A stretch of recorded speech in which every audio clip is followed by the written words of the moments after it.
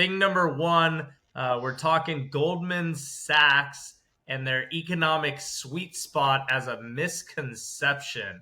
Gary, you're asking, are more debt-funded government jobs really a sign of a strong economy? Thing number one, why Goldman's economic sweet spot is a misconception. All right. So, Rob, this is actually part of a discussion and a debate I've been having for about 2 years. And I'm not picking on Goldman Sachs here. There are a lot of smart people in the finance community, a lot of strategists, market strategists, economists who keep talking about the great economy we have here in the US. And if you look at the aggregate numbers, meaning take it all together, the economy actually looks really good. We've had a lot of GDP growth. We have low unemployment. Even though the number of available jobs has come down, there are still more jobs available than there are people looking for jobs. And you know that people talk about disinflation, which is a reduction in the rate of inflation. And a lot of people are saying, hey, the US economy, as Goldman said, is in a sweet spot and we're in great shape.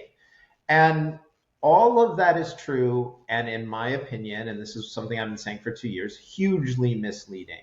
We think it's really important to break the numbers out and look at what's going on an individual level. Now, as a reminder, first of all, we think the CPI, the Consumer Price Index, is understated. If anybody really is experiencing a 2.5%, 3% inflation rate, or around a little under 3.5 for core, I'd be shocked. I think for most of us, we're experiencing inflation higher than that. Inflation is great if you're a banker, a hedge fund manager, a high income person with assets like a home and gold and a low interest rate mortgage, right? That's terrific.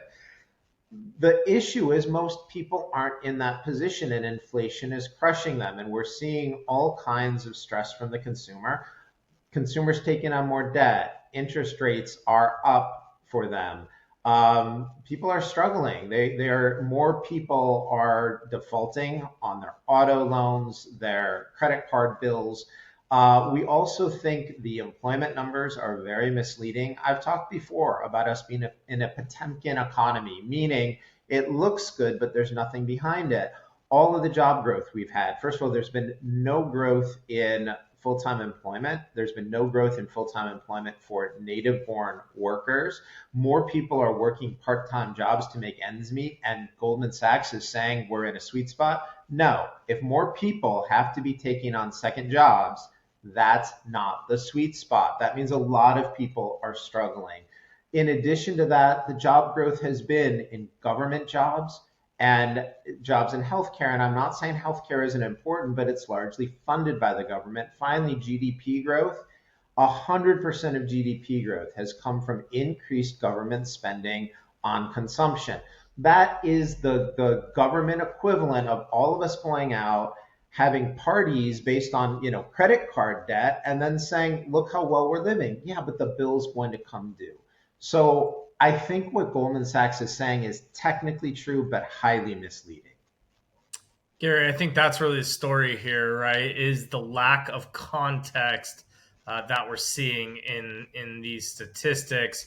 Really seems like it's just painting a real false picture of strength in the U.S. economy.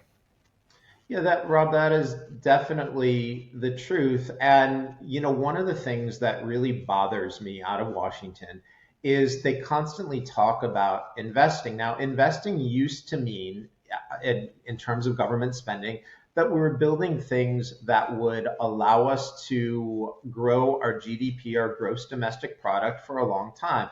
These are things like power generation, roads, railroad tracks, bridges, tunnels, airports, the kind of infrastructure that allows us to move things around, to trade with each other. We don't have that. We have a government overspending by $2 to $3 trillion a year, and most of that is going to expenditures. And the government is spending this money, and we're not funding it with taxes. We're not funding it, with anything that would make sense. We're funding it with inflation. And so what the government is doing is they're overspending. We end up with higher prices, and then they blame everybody but themselves. And none of this is an investment. It is simply spending, and it's being masked. And it's the reason why life is getting so hard for people. You know, my guess is that a lot of the people listening to this have had their lives, their economic lives, their financial lives get more difficult over the last 3 to 4 years. And they wonder why. Why are things getting harder? And we look, fewer young people are able to buy homes, fewer young people are getting married. Our birth rate is plummeting because young people aren't getting married, they don't have a home, and they don't feel like they can afford kids.